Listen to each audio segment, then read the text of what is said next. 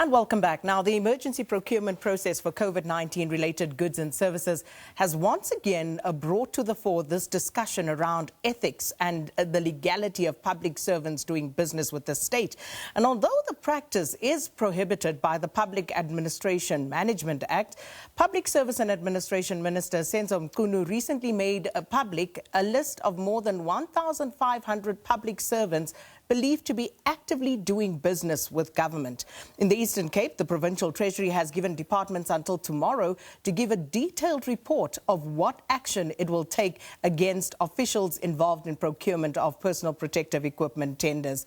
And that's after it was revealed that at least 10 state employees were found to be doing business with government, and that's not just in the Eastern Cape. So to help us discuss this further, we're joined now by former head of the National Prosecuting Authority, Advocate Vusi Pikoli, as well as media personality commentator Eusebius McKaiser. Gentlemen, thank you so much for joining us this morning. Thanks, Akina. Thanks, Akina, and good morning. Let me start with you, Eusebius. The legalities and ethics around public servants and doing business with the state. This, of course, key. I just had an interview with the Gauteng secretary for the ANC. And again, you know, there just seems to be this blurring of lines between legality and ethics. Just explain to us in a nutshell what we're talking about. Yeah, Sakina, thanks so much for having me on the program. Good morning to you, to Advocate Vusi Pikoli, as well as to the viewers. I watched that interview and I was not surprised, but nevertheless, it was, as a citizen, absolutely shocking to not just hear what the Secretary had to say, but as I said to you off air, also the incredible casual tone with which the ANC continues to pretend that if a court of law has not found me guilty of X, then everything is okay in society. And the starting point for this conversation today, Sakina, is very simple, that what we demand of public servants are two things. Both of these are critically important in any decent society. You must make sure that you are not a criminal, and you must make sure that you are ethically decent. And those two things answers to two different sets of norms. Not every criminal is someone who also is guilty of flouting ethical requirements. Equally, every single person who is not a criminal is not necessarily someone who's ethically decent. So as a society, what we need to ask ourselves is, why do ethics matter? And they matter because they speak fundamentally to what it means to be a responsive public servant, one who cares deeply about the public interest. And not everything that has to do with decency is codified in the kinds of laws that Advocate Vusi Pikoli was interested in as National Prosecuting Authority head.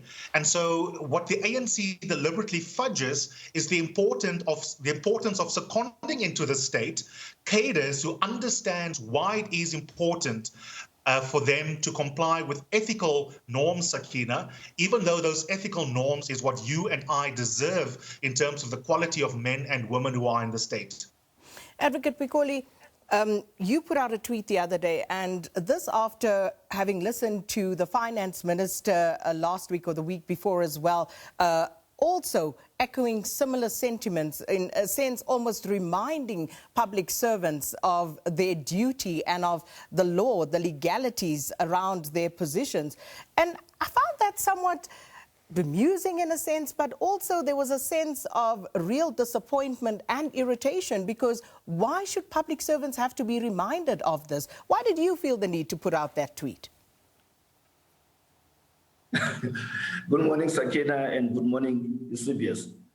I am on record as having said that, the presumption of innocence has become a refuge for scoundrels.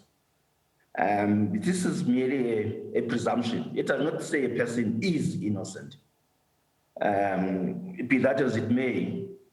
What made me put up that tweet is just being irritated and annoyed by the level of ignorance at times, but also people continuing to do what they know is wrong. Now, I agree with Eusebius. ethics demand than illegality. And public servants have committed themselves to serve the public. Now, if you commit to serve the public, then serve the public. Now, we even have a law, Section 8 of PAMA, the Public Administration Management Act, which specifically prohibits state employees from conducting business with the state. And this includes even local government employees. So I'm a bit impatient with the fact that you seem to be taking too long to make people account for their criminal conduct. But this, of course, is not a new phenomenon in South Africa, Advocate Pikoli. I mean, you've been there as head of NPA. People have been decrying the lack of consequences for people's missteps in the public service for a very long time. So you've been there. What is the problem? And have these state institutions been hollowed out to a point where they themselves are incapable of doing the jobs that they are set up to do? What we need to accept is that there's also a problem within the criminal justice system itself in terms of the level of corruption that obtains there. So there is an immediate task to uproot the corrupt within the criminal justice system. And secondly, we simply have got to make things work. Just coming back to the topic of the day, you know, in February 2017, there were 580 state employees who were doing business with the state. In March 2018, there were 679. In March 2019, the figure just jumped to 1,068. Now, as of April 2020, we're talking of 1,539 employees doing business with the state. So if, you know, we had a working criminal justice system, we wouldn't be having, you know, these high numbers. It's because people think that they can do these things with impunity. So we need to get our act together. We need to make sure that there has to be accountability for wrongdoing, and just make sure that we do the right thing at all times. But how do we move that beyond rhetoric, Eusebius McKaiser? Because it's all good and well to talk about, you know, the legal prescripts that are in place, but in the absence of there being any sort of enforcement and in the absence of any ethical oversight within these political party systems, and this is not just about the ANC, this is about all political parties across the board. You go back to things like Travelgate that involved, you know, a range of political parties.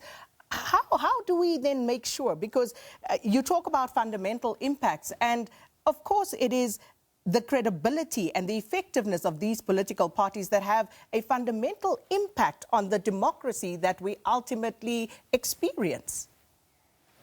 Absolutely, Sakina. And how do we move towards a place where we are all living on a higher ethical plane? I think you've nailed it in terms of the strategic objective.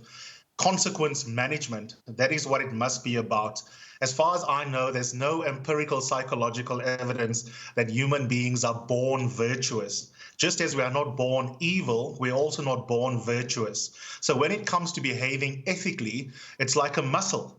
You have to develop the propensity to be ethical, and the more you are ethical, the more ethics become a habit. It can only become a habit if there are consequences for behaving poorly and if there are rewards for behaving well. And right now, when you have a broken criminal justice system, then you have a disincentive to behave ethically. And when you have an integrity committee that itself does not, within the governing party, have a functioning muscle, then of course, men and women don't have to think twice about consequences. So the only way we're going to become a more ethically decent society not just political parties, but also non-state actors, including corporate citizens, civil society organizations, and ordinary men and women like you and I, is when there are consequences attached to not complying. That's the first part of the answer. The second part of the answer is that we need to teach this stuff, Sakina. I mean, we come from a country, as you and I discussed yesterday in preparation for today, where flouting the law was so routine that after 1994, we set the bar very low for ourselves. We are satisfied to have men and women in power who are not criminal. But we need to change what it is that we regard as success criteria in our society and say to ourselves that nothing short of ethically decent men and women who put society's interests first is what we deserve and want in terms of who occupies positions within the state. And what that means is also learning that we need to then teach from a young age the importance of ethics so that you don't have people like the Secretary General of the ANC going on national television and thinking that it's perfectly uncontroversial to say that as long as I haven't been found guilty in a court of law, everything is okay. Well, Advocate Pikoli, how do we move forward from here? Because taking into consideration everything that has been said in these few moments that we've had this engagement, if you look at the criminal justice system, as you pointed out, its shortcomings, is it necessary for us, in order to move forward, to change our legal framework, or is there a more fundamental application problem that needs to be dealt with? You see, Sakina, the problem is that we tend to make simple things complicated. Again, if we were just to go back to Section 8 of PAMA, all that section says is that should a state employee be found to be doing business with the state, or is a director in a company that conducts business with the state, that on its own is a criminal offense. It does not even talk to the perhaps business that's being done, the complexity of the nature of corruption. The mere fact that one is found to be doing business with the state is a criminal offense. And GPSA has sent, all the names to SABC. Now it's between SABC and the NPA to make sure then that they verify the names that they have on the list and, take appropriate action. So it's those simple things that we need to be doing that will send the right signal out there that, we cannot have this impunity any longer. People must account for their actions. Well, I'm going to have to ask both Advocate Pikoli and you, Eusebius McKaiser, if you could just stay put for us, if I may just steal a little bit more of your time. But before that, we have to say goodbye to our SABC2 viewers and also, bring you news. But Leanne, I think it's just about 8 o'clock, a few seconds to go before then. So this is where we have to leave it, unfortunately, with our viewers on SABC2. Yeah, and what a conversation. Absolutely amazing. I urge all of you to please, if you have access to DSTV, continue to watch this conversation. Two great minds, hosted by the great Sakina Kamwendo. This is sure to be a much fiery conversation. Anyway, please take care out there. Level 2, I believe that there are queues already forming outside some of the big bottle stores around the country. I know that I saw our reporter, Griselda Lewis, is out and about. I'm not sure if we're crossing to her in the news at 8, but all those details and more coming up for the next hour on Morning Live. Have a beautiful day, everyone. All right. SABC2 viewers, goodbye. Thanks for tuning in. See you tomorrow. And of course, if you're on on our news channel 404, please stay with us. We'll continue this conversation with Advocate Vusi Pikoli and Eusebius McKaiser, and also bring you news with the crossing to Griselda Lewis to find out what's happening out in the streets of South Africa. But with that, bye to our SABC2 viewers.